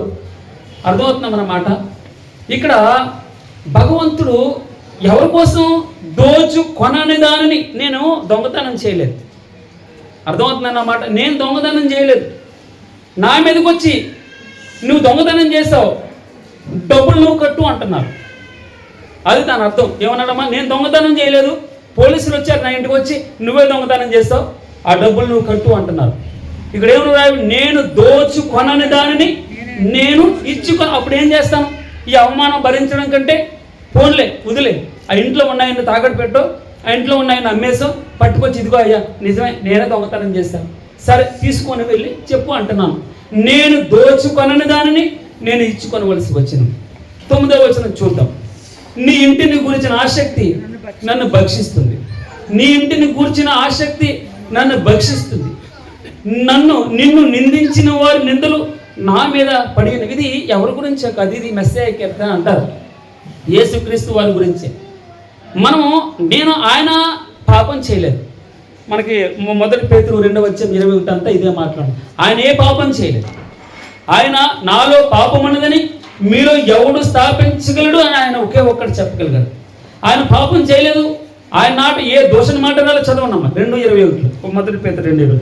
ఆయన నోట ఏ దోషణ మాట రాలేదు, ఏ అబద్ధం చదవను బ్రదర్. ఆయన పాపం చేయలేదు, ఆయన నోట ఏ కపటమును లేదు, ఆయన దూషింపబడి బదులు దూషింపక ఆయన శ్రమపడి ఎవరిని బెదిరించట్లేదు. ఆయనకి ఒకవేళ పేతురు నీ కత్తి నీ ఒరలే పెట్టు, ఒకవేళ నేను వేడుకోలేనని వేడుకుంటే 6 సేనా వ్యూహములు సుమారు 72,000 మంది సైన్యం పంపించలేడనియు, ఒక సైనికుడు 185,000 మందిని చంపలేడనియు, 72,000 × 1,85,000 మందిని ఒక్కసారి తండ్రి అంటే వేడుకొనలేననియు, నేను బెదిరింపక, నేను బెదిరించట్లేదు. చదవను బ్రదర్. ఆయన శ్రమపడి బెదిరింపక న్యాయముగా తీర్పు తీర్చు దేవునికి తనను తాను అప్పగించుకుంటున్నాడు. ఎందుకో తెలుసా? నీ గురించి నా గురించి ఆయన పాపం చేయలేదు. నీ పాపం, నువ్వు చేసిన దొంగతనం, నేను చేసినటువంటి దొంగతనం, నువ్వు చేసిన అబద్ధం, నువ్వు చేసిన కల్మషం, నీ మనసులో ఉన్న కపటాన్ని బట్టి, నా మనసులో ఉన్న కపటాన్ని బట్టి, మన అవిధేయతని బట్టి, మన లోబడిన తత్వాన్ని బట్టి భగవంతుడు ఆయన దోచుకున్న దానిని ఇచ్చుకొనవలసి వచ్చింది. ఆయన ఒకరితో పుచ్చుకున్నాడు. ఆయన న్యాయకర్త నీ పక్షాన్ని నిలవబడ్డాడు, నీ ముందర నడిచాడు, నిన్ను విడిపించాడు, నీ ముందర నడిచాడు, నీ ఇంటి సమస్యలను తీరుస్తున్నాడు, నీ కుటుంబాన్ని పోషిస్తున్నాడు, నీకు ఏ అక్కడి కావాలో ఆ రోజున ఇస్తూ ఉన్నాడు. నీ ముందర ప్రతి సమస్య లేకుండా మెట్టలు కానీ తత్తలే దాని ఏమంటారు లోయలు కానీ ఏది లేకుండా సరళంగా చేస్తూ ఉన్నాడు. చక్కగా నీ కంటికి ఏది కనబట్టలేదు, బాధ ఉన్నట్టే తెలియట్లేదు, కష్టం ఉన్నా లేనట్టే ఉంది. ఆయన నేను తెప్పరలు చేస్తున్నాడు, నిన్ను తేలియాడి చేస్తున్నాడు, నీ సమస్యలన్నీ దూరం చేస్తున్నాడు. ప్రభువా సాయంత్రం బాధ వస్తుంది, రాత్రి అంతా ఉంది, పగలు వచ్చేటప్పటికి ఉదయం వచ్చేటప్పటికి సంతోషాన్ని ఇస్తున్నాడు భగవంతుడు. ఇన్ని చేసినటువంటి దేవుడు భగవంతుని కోరుకున్నది ఏంటంటే తెలుసా? ఆయన దోచుకున్న దానిని ఇచ్చుకున్నాడని వ్రాయబడింది. నీ పక్షాన నా పక్షాన ఆయన పాపిగా మారిపోయాడు. పాపం చేశాం, ఆయన దోషిగా మార్చేశాం. ఆయన సిలువుని పొందేంతగా సిలువ వేయండి, సిలువ వేయండి, సిలువ వేయండి. ఆ రోజు యూదులు కాదు ప్రభు, ఈరోజు నేనన్నానే. ఆ రోజు వారు కాదు సిలువ వేసింది, నేనే కదా ప్రభు నేను సిలువ వేస్తాను. వారు భగవంతుడు అంటారు కదా, ఆయన దోచుకొన దానిని ఇచ్చుకొనవలసి వచ్చింది. నీ పక్షాన నా పక్షాన, నీ పక్షాన నా పక్షాన శ్రమపడ్డాడు, సిలువ వేయబడ్డాడు. స్తుతించొద్దు భగవంతుని, ఆరాధన చేయడానికి మనసు రావాలి కదా.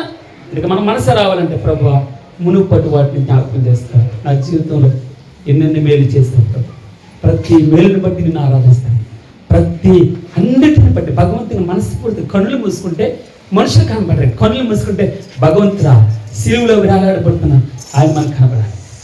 సిలువలో విరాలాడబడుతూ ఆయన రెండు చేతుల్లో నుంచి రక్తం వలవల కారుతూ ఉండగా, కాళ్ళలో నుంచి రక్తం ప్రవహిస్తూ ఉండగా, ఆ సిలువంతా కూడా పై నుంచి కింద వరకు మాంసముద్ద అయిపోయింది, మాంసముద్దిగా అయిపోయింది.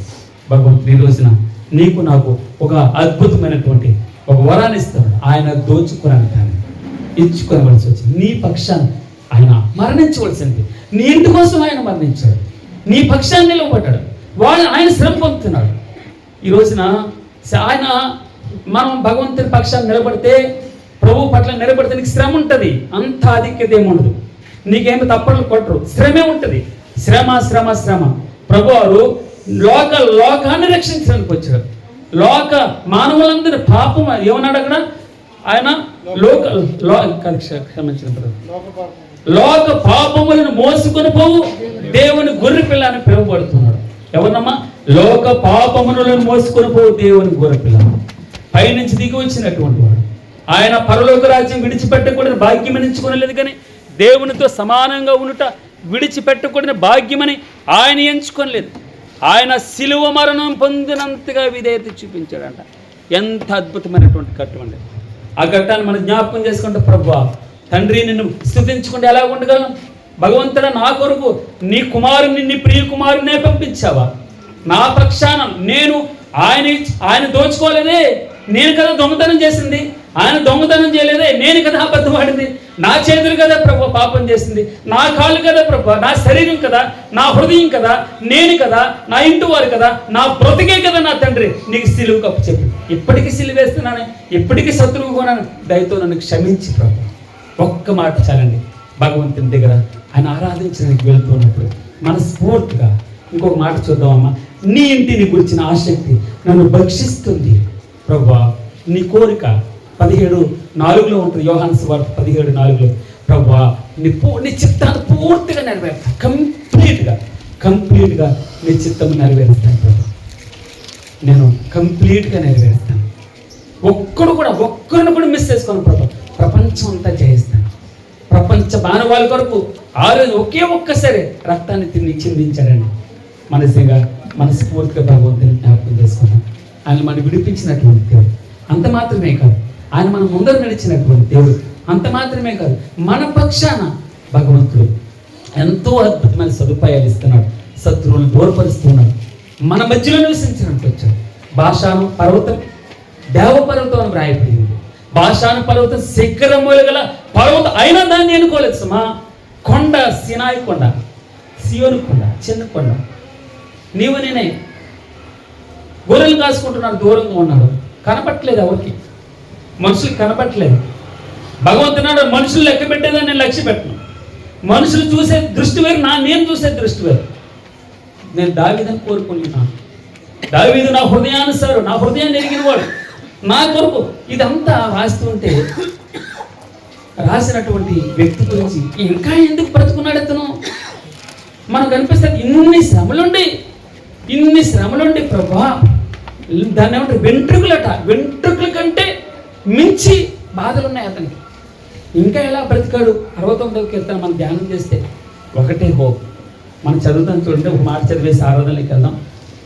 33వ అదే వచనం, క్షమించిన 30వ వచనం. కీర్తనలతో నేను దేవుని నామమును స్తుతించెదను, కృతజ్ఞతాస్తుతులతో నేను ఆయన ఘనపరిచెదను. 33 చదివామా? యెహోవా దరిద్రుల మొర ఆలకించేవాడు, ఖైదులో నుంచబడిన తన వారిని ఆయన తృణీకరించేవాడు కాదు. మంచి మాట అండి. ఖైదీలు, బందీలుగా ఉన్న వారిని, బాధల్లో ఉన్నటువంటి వారిని, ఇరుకుల్లో ఉన్న వారిని, ఇబ్బందులో ఉన్నటువంటి వారిని ఆయన పరామర్శించేటటువంటి దేవుడు. ఆయన విడిచిపెట్టేవాడు కాదు. అందుకే నేను విన్నాను, నేను చూచాను, నాకు అన్నీ తెలుసు అన్నాడు. ఏమన్నాడు భగవంతుడు? నిర్గమకాండం 3:7 నేను విన్నాను, నేను చూచాను, నాకన్నీ తెలుసు. స్తోత్రం. ఎంత మంచి దేవుడు అండి. అంత కేరింగ్గా ఒక్కరిగా నన్ను కేర్ తీసుకున్నాడు. ఒక్కరిగా నాకు తెలిసాను. నీకు నాకు ఆయనకే సంబంధం, భగవంతునికి నీకు ఆయనకే సంబంధం. ఇతరులతో ఎవరితో మనం పోలిక పెట్టుకోవద్దు, మన ఇంటి వారితో కూడా పోలిక పెట్టుకోవద్దు, మన కుటుంబ సభ్యులతో కూడా పక్కకి పెట్టేద్దాం. భగవంతునికి మనకే సంబంధం.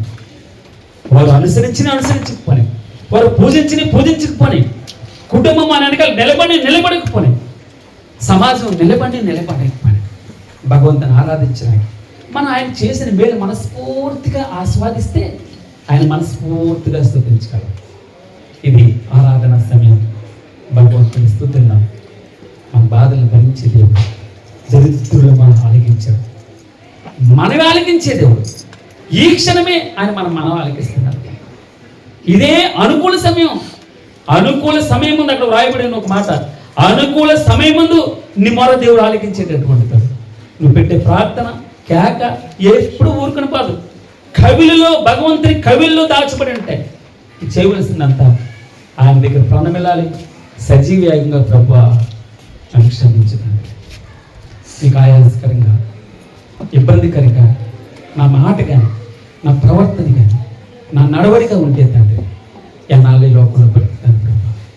ఉన్నన్నాళ్ళు నీతో కలిసి నీలో నేను, నాలో నీవు, నీకు అంటకట్టుబడి ప్రభా మనస్ఫూర్తిగా నీలో నేను ఆనందిస్తాను, నన్ను స్తుతిస్తాను. ఆరాధన సమయం, ఆరాధన చేస్తాను, మహిమపడతాను. దేవ, జలములు నా ప్రాణము మీద పొల్లుచున్నవి, నన్ను రక్షింపుము. నిలుక ఇయ్యని అగాధమైన దొంగ ఊబిలో నేను దిగిపోవచ్చున్నాను. అగాధ జలములలో నేను దిగబడి ఉన్నాను. వరదలు నన్ను ముంచివేయుచున్నవి. నేను మొర్ర పెట్టుట చేత అలసి ఉన్నాను. నా గొంతుక ఎండిపోయాను. నా దేవుని కొరకు కనిపెట్టుట చేత నా కన్నులు క్షీణించిపోయాను. నిర్నిమిత్తముగా నా మీద పగబట్టువారు నా తల వెంట్రుకల కంటే విస్తారముగా ఉన్నారు. అబద్ధమును బట్టి నాకు శత్రువులై నన్ను సంహరింపగోరువారు అనేకులు. నేను దోచుకొనని దానిని నేను ఇచ్చుకొనవలసి వచ్చాను. దేవా, నా బుద్ధిహీనత నీకు తెలిసే. అక్కడ వరకు 4 వచనాల వరకు చూడండి ఏమనుంది. తను ఎంతో బాధపడుతున్నాడు, తను చాలా కష్టపడుతున్నాడు. ఎందుకు ఈ బ్రతుకు అంటున్నాడు. దావీదు ఏమన్నాడమ్మా? ఎందుకు ఈ బ్రతుకు, ఇంకెందుకు బ్రతకాలి, ఎవరి కోసం బ్రతకాలి? దేవా, జలములు అంటే ఏంటి? శ్రమలు, కష్టాలు నా ప్రాణం మీద పొర్లిపోతున్నాయ్యా. నన్ను రక్షించు, నిలుక ఈనాలో అడుగు వేస్తూ ఉంటే ఆగట్లేదు అడుగు, అలాగా వెళ్ళిపోతున్నాను ప్రభా, ఊపులో దూరిపోతున్నాను, పైకి తీసేవారు లేరు, అగాధ జలములో నేను దిగబడి ఉన్నాను, వరదలు నన్ను ముంచివేచున్నవి, నేను మొరపెట్టుంటే చేత అలసిపోయాను, ప్రార్థన చేసి చేసి ఎన్ని రోజులు ప్రభా. ఒక తల్లిగారు తన దుఃఖంతో చెప్తుంది, ఎంత ప్రార్థన చేయాలి, ఎంత ప్రార్థన చేయాలి, ఏం కన్నీరు కార్చమంటావు, అలసిపోయాను ప్రార్థన చేసి సమాధానం రావట్లేదు అన్నది, నేను మొరపెట్టుంటే చేత అలసి ఉన్నాను, నా గొంతుకి ఎండిపోయింది.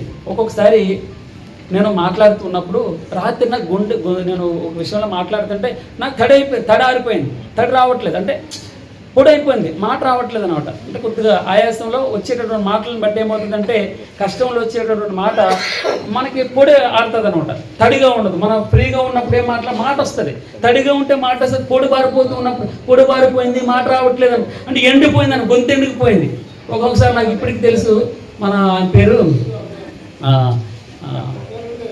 బన్నీ వాళ్ళ నాన్నగారు, ఏం పేరు, సుందరం గారు, ఆయన వాకింగ్ చెప్పడానికి వచ్చినప్పటికి నాకు గొంతు ఆరిపోతుంది. దాని అర్థం ఏంటి, భయం చేతను, టెన్షన్తో మాటలు బయటకు రాక ఆయన గొంతు ఆరిపోతుందని వాటర్ తాగి కొట్టేసారు. నాకు ఇంక లేదు, నాకు అవ్వట్లేదు, ఎంత నీళ్ళు తగిన గొంతు ఆరిపోతుందని కూడా.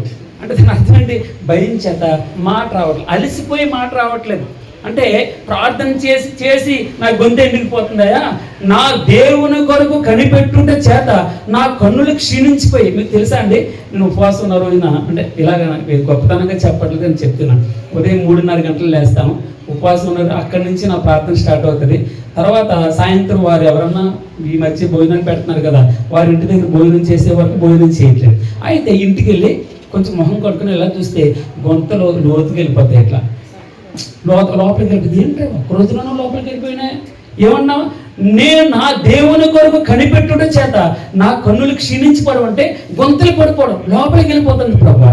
నిర్నిమిత్తముగా నా మీద పగబట్టువారు నా తల. దావీదు ఏమేం ప్రార్థన చేస్తారు చూడండి, నా మీద పగబట్టువారు చాలా ఒక బాధ కాదు తండ్రి అంటాడు, నిర్నిమిత్తముగా నా మీద పగబట్టువారు నా తల వెంట్రుకల కంటే విస్తారముగా ఉన్నాను, అబద్ధమును బట్టి నాకు శత్రువులైనను సంహరింపకోరువారు అనేకులు, నేను దోచుకొనని దానిని నేను ఇచ్చుకొనవలసి వస్తుంది ప్రభా.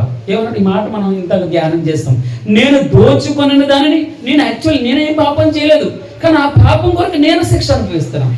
నేనేమి అబద్ధం చెప్పలేదు, కానీ అబద్ధం కొరకు నేనే నిందమైపోవలసి వస్తుంది, నేను సిలువమైపోవలసి వస్తుంది. ప్రభు వారు చెప్పేటటువంటి మాట, నేను దోచుకొనని దానిని నేను ఇచ్చుకొనవలసి వచ్చింది. దేవా, నా బుద్ధిహీనత నాకు తెలిసే ఉన్నది, నా అపరాధములు నీకు మరుగని పాపిని ప్రభు అంటున్నాడు. దావీదు ఏమన్నాడమ్మా, నేను పాపిని ప్రభు, నా అపరాధం నాకు తెలుస్తుంది, నా బుద్ధిహీనత నాకు తెలుసు, నేను ఏ మాట జారనో నాకు తెలుసు, నేను పాపిని, నేను పాపం చేశాను అని ఒప్పుకుంటున్నాడు.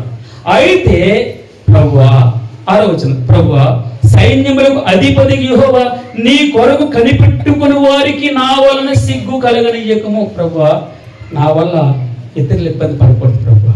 ఏమన్నారమ్మా, నా వల్ల ఇతరులు ఇబ్బంది పడకూడదు. ప్రభువా సైన్యములకు అధిపతి యెహోవా నీ కొరకు కనిపెట్టుకుని వారికి నా వలన సిగ్గు కలగనియ్యకు. ప్రభువా, ఇశ్రాయేలు దేవా, నిన్ను వెదికు వారిని నా వలన అవమానం నొందనియద్దు. నీ దగ్గరకు వచ్చేవారు ఎవరైనా నేను ఆటంకం ఉండకూడదు ప్రభా, నీ నుంచి దూరం అయిపోతారు, నీ నుంచి పక్కకి వెళ్తే ప్రభా నేను నీకు సిగ్గు కలిగజేస్తాను, దేవుని నామానికి అవమానం కలిగజేస్తాను. ఇండైరెక్ట్గా ఒక ఆత్మని నువ్వు క్షీణించవు సుమా, ఒక ఆత్మ నీ వాళ్ళు పాడైపోతుంది సుమా అంటారు. ప్రభువా సైన్యములకు అధిపతి యెహోవా నీ కొరకు కనిపెట్టుకుని వారికి నా వలన సిగ్గు కలగనియద్దు. ఇశ్రాయేలు దేవా నిన్ను వెదికు వారికి నా వలన అవమానం నొందనియద్దు. నీ నిమిత్తం నేను నింద నొందిన వాడినైతే నీ నిమిత్తం సిగ్గు నా ముఖం కప్పి. క్రైస్తవుడు అవమానపరచబడతాడు. నువ్వు సత్యం కోసం నిలబడ్డావా, క్రీస్తు కొరకు నిలబడ్డావా, నీకేమీ పెద్ద పొగడతావురా, తిరిగి నీకు దుఃఖమే ఉంటుంది, నీకు ఆయాసం ఉంటుంది. ఇప్పటిది కాదు, ఇది దాన్ని ఏమంటారు, సంఘం ఏర్పడిన మొదటి దినం నుంచి ఈ జరిగేటటువంటి తొంతే. ఏమంటాడు ఇక్కడ, నీ నిమిత్తము నేను నింద నొందిన వాడిని అయ్యాను ప్రభువా, నీ నిమిత్తం సిగ్గు, క్షమించండి, నీ నిమిత్తం సిగ్గు నా ముఖమును కప్పెను, నా సహోదరులకు అన్యున్నైపోయాను. ఎలా ఉందన్నమాట, నేను నా సహోదరులు ఎవరు లేరండి, భగవంతుడు సిలువ దగ్గర ఉన్నప్పుడు అందరూ వదిలిపెట్టేశారు. అందరూ మేలులు పొందిన వారే, అందరూ ఆయన ద్వారా మేలులు పొందిన వారే. కానీ ఎవరు లేరు, ఒక్కరు కూడా లేరు. శిష్యులు లేరు, తల్లిదండ్రులు లేరు, లేదా అన్నదమ్ములు లేరు. తన చేత మేలులు అనుభవించిన వాళ్ళు ఎవరు దూరముగా నిలిచిది అని వ్రాయబడి ఉంటుంది. ఉన్నారు కొంతమంది, వారు కూడా దూరమున నిలిచి ఉన్నారని వ్రాయబడి ఉంది. నా సహోదరులకు నేను అన్యుడినైపోయాను, నా తల్లి కుమారులకు పరుణ్ణైపోయాను, అయినా కూడా నీ ఇంటిని గురించిన ఆసక్తి నన్ను భక్షిస్తుంది. నన్ను నా మనసులో ఏదో దేవేస్తుంది. ఏదో ఒకటి చేయాలి నా దేవుని కోసం, నా మందిరం కోసం ఏదో ఒకటి చేయాలి, ఈ స్థలం కోసం ఏదో ఒకటి చేయాలి. ఈ మందిరం ఏమన్నాడు తెలుసా? నేను దావీదు అంటాడు, దీన్ని మంచం ఎక్కను, నా కన్నులకు నిద్ర రాను. అర్థమైందమ్మా? నేను మంచం ఎక్కను, సుఖాన్ని ఎరగను, ఇక కష్టపడతాను, మోకరిల్లుతాను, ఉపవాసం ఉంటాను, ఇంకా అన్నం తిన్నాను. నేను దుఃఖాన్ని నేను పట్టుకుంటాను, కాలు పట్టుకుంటాను, నేను విడిచిపెట్టను. నా దేవునికి ఒక మందిరం చూసేవాడు. నా దేవుని గురించిన ఇంటిని గురించిన ఆసక్తి నన్ను భక్షిస్తుంది, కృషించిపోతాను. ఏమన్నాడు? గొంతు ఆరిపోతుంది, నా గొంతే తడి లేదు, పొడి ఆరిపోతుంది, నా యొక్క కన్నులు క్షీణించిపోతున్నాయి నీ ఇంటిని గురించిన ఆసక్తి ప్రభువా. దేవుడు ఏం చెప్తున్నాడు తెలుసా? అయ్యగారు ఆరాధన చేస్తూ ఇమానిలో ఒక మాట ఉచ్చరించాడు. ఏమని తెలుసా? ప్రభువా, నా ఇంటిని గురించిన ఆసక్తి, ఎంత ఆసక్తి ప్రభువా నీకు. ఏ పెద్ద జ్ఞానినన్నా నేను, పెద్ద ధనికునన్నా, అందమైన వాడినన్నా, తుమ్మకరు కాదు, ఊరు బయట లేదు, సౌడు బొమ్మలో కదా అది పెరిగేది, ముళ్ళు లేవు దానికి, చూడడానికి పెద్ద అందంగా ఉంటుందా, చక్కనైనదా, రూపం ఉందా, ఎవరైనా పూలు పెట్టుకుంటారా, ఎవరైనా దాని కింద కూర్చుని సేద తీరుస్తారా? లేదే, దూరంగా ఉంటుంది ఆ గట్ల మధ్యలోని, ఆ యొక్క నదుల పక్కల్లో, ఆ సౌడు భూముల్లో, సముద్రం ఎక్కడ పనికిరానటువంటి భూముల్లో తుప్ప మొక్క కింద పొడిస్తారు. తుప్ప మొక్క అంటారు, ఏమంటారమ్మా దాన్ని? ఏమంటారు? తుమ్మ కాదమ్మా, తుప్ప మొక్క అంటే ముళ్ళు మొక్క. ఆ ముళ్ళు మొక్క కింద ఉంటుంది తుమ్మ చెట్టు. దాని గురించి ఎవరు పట్టించుకోరు. కానీ చూడండి ఎంత ఆశ్చర్యకరమో, భగవంతుని దగ్గరికి వచ్చిందండి. ఎవరికి లేని ఆధిక్యత ఆయన మోస్తుంది. నిబంధన మందసం ఓహో మోహం అంటే దాన్ని ఏమంటారు? ప్రభువా స్తోత్రం స్తోత్రం స్తోత్రం స్తోత్రం అని, పరిశుద్ధుడు పరిశుద్ధుడు అని. పరిశుద్ధుడు అంటే లోకనాథుడు, ఏమంటారు? సర్వలోకనాథుడు. నిబంధన మందసం అందులో ఉండగా మోసుకుంటూ వెళ్తున్నారు యాజకులు. అక్కడ ఆ నిబంధన మందస్థంలో భగవంతుడు ఉంటాడు. ఆ నిబంధన మందస్థంలో భగవంతుడు. ఆ నిబంధన మందస్థం ఎలా తయారు చేయబడ్డది? తుమ్మకరేది, పనికిరాంది, అధమం, నీచమైనది, తృణమైనది, చివరిది. అది ఎవరు లెక్కలేదు, ఎవరు పట్టించుకోరు. వాళ్ళు ప్రేజలాడు కూడా చెప్పం. మనం వస్తారాలు కూర్చుంటారు, వింటారు, వెళ్ళిపోతారు, అంతే. వారి గురించి మనకి లెక్కే లేదు. భగవంతుడు లక్ష్య పెడతాడు. అది నేను చెప్పేది. భగవంతుని దృష్టిలోకి మనం వెళ్ళిపోతాం. దేవుని నామానికి మహిమ కలుగుతుంది. ఆయన లెక్కలో మనం ఉన్నాం, తుమ్మకరగా ఉన్నాం. అందుకే నీ ఇంటిని గురించిన ఆసక్తి ప్రభా, నన్ను నీ దగ్గరికి చేర్చుకోవాలని, నీతో నివాసం చేయాలని, నాతో కలిసి, ఏమంటావు పాట ఉంటుంది, నాలో నీవు నీలో నేను కలిసి ఉండాలయ్యా. అందుకే అంటుకట్టుబడి ఉండాలి. ఆ యొక్క నేను నిజమైన ద్రాక్షావళిని, ఏమన్నాడు? నేను నిజమైన ద్రాక్షావళిని, నా తండ్రి వ్యవసాయకుడు కదండి. ఎవరైనా కూడా ఆ అయ్యగారు ప్రార్థన చేస్తారు, ఏమని తెలుసా? నీకు వేరుగా ఉంది, మేము ఏం చేయలేము. సుదర్శన అయ్యగారు ఎప్పుడు ఆ మాట వాడుతూ ఉంటారు. అక్కడ మెల్సమ్మ గారేమో నన్ను సృష్టించిన వాడు, నాకు భక్తి ఉన్నాడు అంటది. సుదర్శన అయ్య గారు ఇక్కడేమో ఆయన నీకు వేరుగా ఉంది, మేమేం చేయలేము. ఆయనతో అంటుకట్టుబడి. అందుకే నీ ఇంటిని గురించిన ఆసక్తి నన్ను భక్షిస్తుంది ప్రభువా. నిన్ను నిందించు వారిని నిందలు నా మీద పడ్డాయి. ఉపవాసం ఉండి నేను కన్నీరు విడువుగా అది నాకు నిందాస్పదం అయిపోతుంది. నేను గోనబట్ట వస్త్రముగా కట్టుకున్నప్పుడు వారికి హాస్యాస్పదుడనయ్యాను. ఏమీ మెప్పేం కలగట్లేదు, ఎవరు నేనేం మెచ్చుకోవట్లేదు, శభాషను పొగట్లేదు. నేను గోనబట్ట వస్త్రముగా కట్టుకున్నప్పుడు వారికి హాస్యాస్పదుడనైతే. గుమ్మంలో కూర్చుండి వారు నన్ను గురించి మాట్లాడుకుంటూ ఉన్నారు, త్రాగుబోతులు నన్ను గురించి పాటలు పాడుకుంటూ ఉన్నారు. అయితే యెహోవా అనుకూల సమయం, ఎంత మంచి మాట, ఈ మాట కోసం నేను ఎదురు చూస్తున్నాను. ఏమన్నాడమ్మా? అయితే దేవుడు అనుకూల సమయమందు నేను నీ మొర ఆలకించాను. ఒక మాట రిఫరెన్స్ చూపిస్తాను. అనుకూల సమయమందు నేను, ఏముందమ్మా చదవనమ్మా? అనుకూల సమయమందు, అనుకూల సమయమందు యెహోవా అనుకూల సమయమున నేను నిన్ను ప్రార్థించుచున్నాను. ఒక మాట కీర్తన 69 2 కొరింథీయులు 6:2 అనుకూల సమయమందు నీ మొరనాలకించాను, రక్షణ దినమందు నిన్ను ఆదుకున్నాను అని ఆయన చెప్పుచున్నాడు కదా. ఇదిగో ఇప్పుడే మిక్కిలి అనుకూలమైనటువంటి సమయం, ఇదే రక్షణ దినం. ఎంత మంచి మాట అండి. ఆయన ఆరాధించడానికి మనకు అనుకూల సమయం ఇదే, ఆయన్ని ప్రార్థించడానికి అనుకూలమైన సమయం. ఇదిగో రక్షణ దినం. యెషయా గ్రంథం 49:8 కూడా ఒక మాట ఉంటుంది. యెహోవా ఇలాగు సెలవిచ్చుచున్నాడు, అనుకూల సమయమందు నేను నీ మొరను ఆలకించి నీకు ఉత్తరం ఇచ్చింది, రక్షణ దినమందు నిన్ను ఆదుకుంటుని. ఏమందమ్మా? యెహోవా ఇలాగు సెలవిచ్చుచున్నాడు, అనుకూల సమయమందు నేను నీ మొర ఆలకించాను, నీకు ఉత్తరం ఇచ్చాను, రక్షణ దినమందు నిన్ను ఆదుకున్నాను. బయలు వెళ్ళడి ఏమన్నాడు భగవంతుడు? బయలు వెళ్ళుడి అని బంధింపబడి వాడుతోను, బయటకు రండని చీకట్లో నన్ను వాడుతోను చెప్పుచు దేశమును చక్కపరిచి పాడైపోయిన స్వాస్థ్యములు పంచిపెట్టడానికి నిన్ను కాపాడి ప్రజలకు నిబంధనగా నిన్ను నియమించిన. ఇదిగో మిక్కిలి అనుకూలమైన సమయం, ఇదే రక్షణ. ఇప్పుడే మళ్ళా పోస్ట్పోన్ చేయండి. నేను ముగిస్తాను. దేవా, నీ కృపా బాహుల్యమును బట్టి, నీ రక్షణ సత్యమును బట్టి నాకు ఉత్తరమేయ్యా. నేను దిగిపోకుండా ఊబులోను నన్ను తప్పించుము. అక్కడ ఏమన్నాడు? ప్రార్థన చేసి, అయ్యా ఊబులోకి వెళ్ళిపోతున్నాను, కష్టమైపోతుంది. అసలు మాటే రావట్లేదు, ప్రార్థన చేయడానికే అవ్వట్లేదు, పొడారిపోతుంది, ఉపవాసం ఉండడానికే శరీరం సహకరించట్లేదు, గొంతుగా కళ్ళు క్షీణించకపోతున్నాయి, కళ్ళు లోపలికి వెళ్ళిపోతున్నాయి. కళ్ళు దూకుపోని అంటారు. యాక్చువల్లీ మా ఊర్లో ఏమంటారు?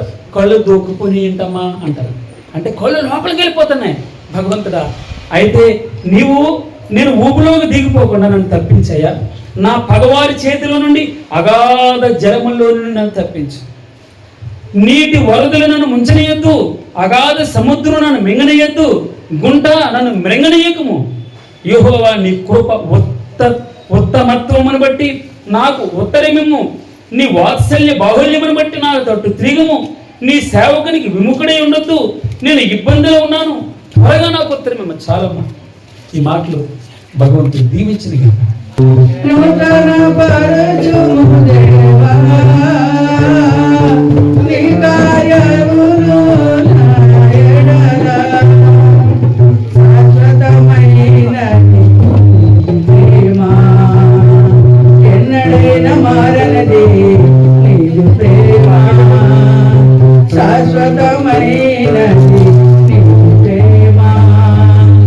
ఎన్నడైనా మారనది నీకు ప్రేమ.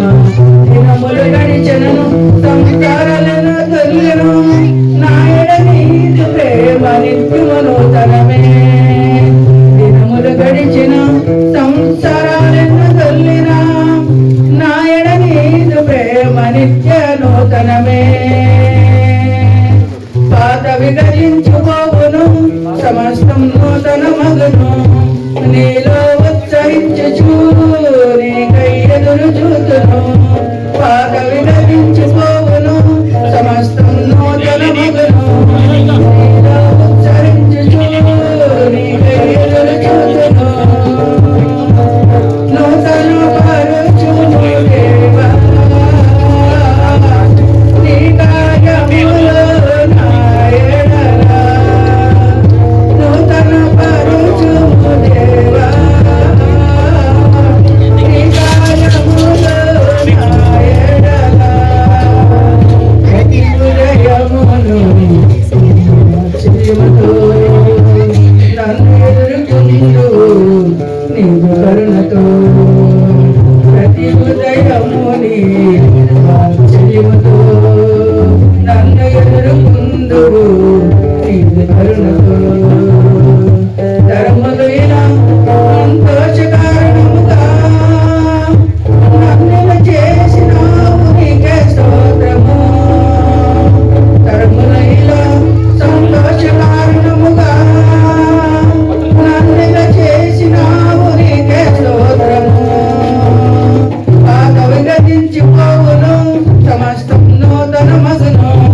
నీకై ఉత్సహించుచు నీకై ఎదురు చూతును. పాతవి గతించిపోవును, సమస్తం నూతన మగును. నీలో